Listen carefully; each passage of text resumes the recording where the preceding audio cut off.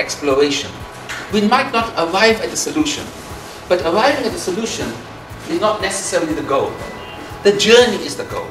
And what we pick up on the journey is really what we want to achieve. So I think this session will convey this particular message, is how to develop the value chain, which is something important.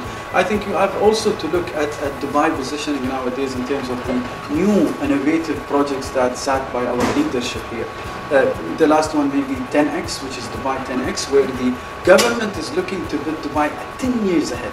And this is the future, and how can we cooperate to solve problems?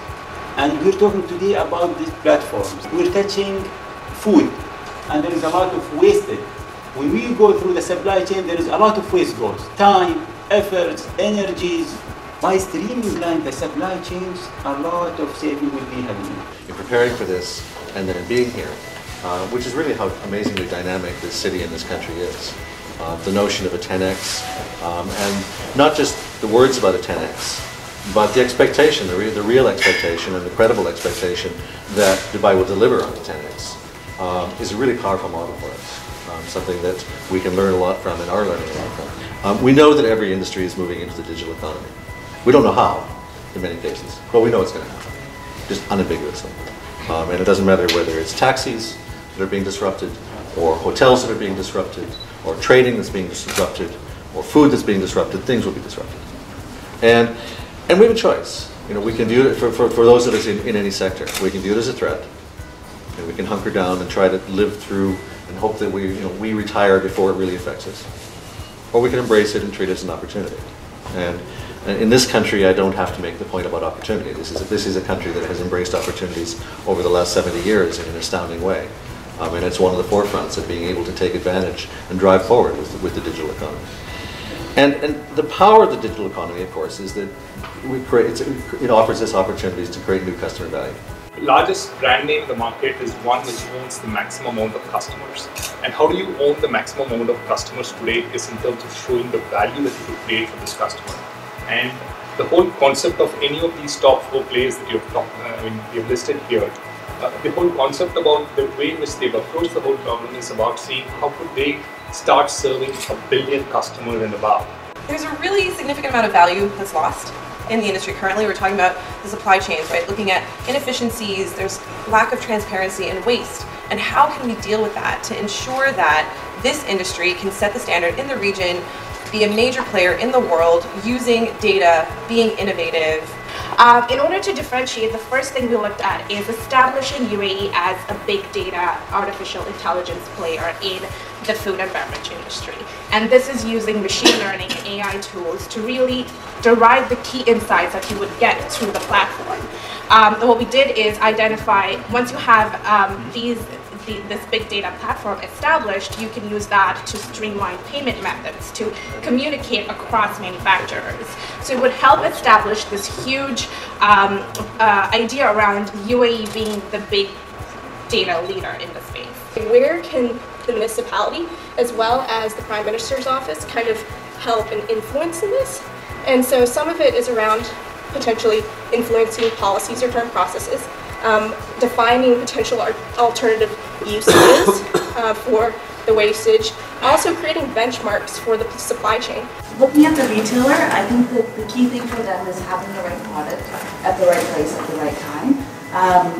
And then also like using kind of the data to drive a lot of your decisions that you make. So using consumer spending habits to figure out, okay, what specific regions, what are the types of products that I need, how do customers actually want to purchase their stuff and all of that.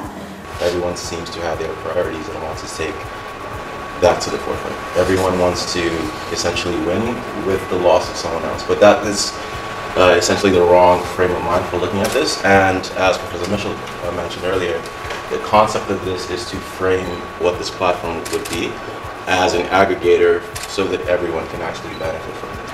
I mean, during the last 3 months, and especially yesterday, the key thing that we heard was, at the end of the day, all this initiative it's extremely beneficial for all parties involved. But I mean, one key component in everyone's mind, all stakeholders, is how does this impact my bottom line? And I think that the problem is an incorrect sense that this any initiative that involves sharing information is a zero-sum game, and when that's not necessarily the case. I mean, the ability to share information, to gain trust, not only can improve bottom line, it expands the pie and has huge social benefits. And what we really wanted to drive home here, and the message that we were really trying to send through the work that we were doing, is that there really is an opportunity here, an opportunity for innovation, an opportunity to sort of take advantage of the changes through disruption, through data in this industry that will really allow it to grow, to expand, to become a leader in the region, to really have a significant impact. And the idea was to find a way to align the incentives of all of the different stakeholders. It has been a wonderful interaction. I just had only a few interactions with you over the last couple of days. I think everyone was talking right from the beginning about the sense of getting the data, and it is only for the good of the mankind. Let us be very clear. Let us go from that basic thing. Why do you want to waste, produce the whole this thing and waste energy and go and completely waste it? And even for disposing it off, you are again wasting energy, right? I mean, the kind of, so that's the benefit, a single benefit which you can look at from a shared ecosystem. And let us face it, it is going to happen. It is not that it is not going to happen. Because the technology is making it more and more easy to make it happen, and it is only good for all of us.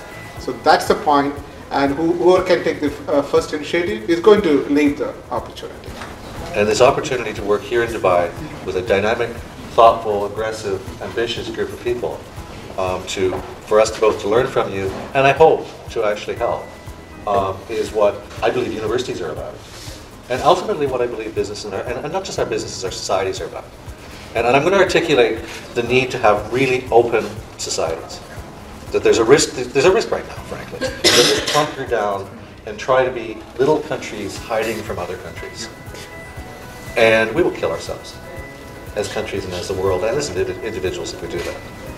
And part of our job is these tactical, not just tactical, but strategic things for companies, for countries. But part of our job is to be open to the world and to embrace the world, to engage in the world. And I'm so pleased and so thrilled that this small project is actually part of that really big mission. And so thank you all for the opportunity to do this. I think we have to thank you. And we have to thank the whole Walkman team.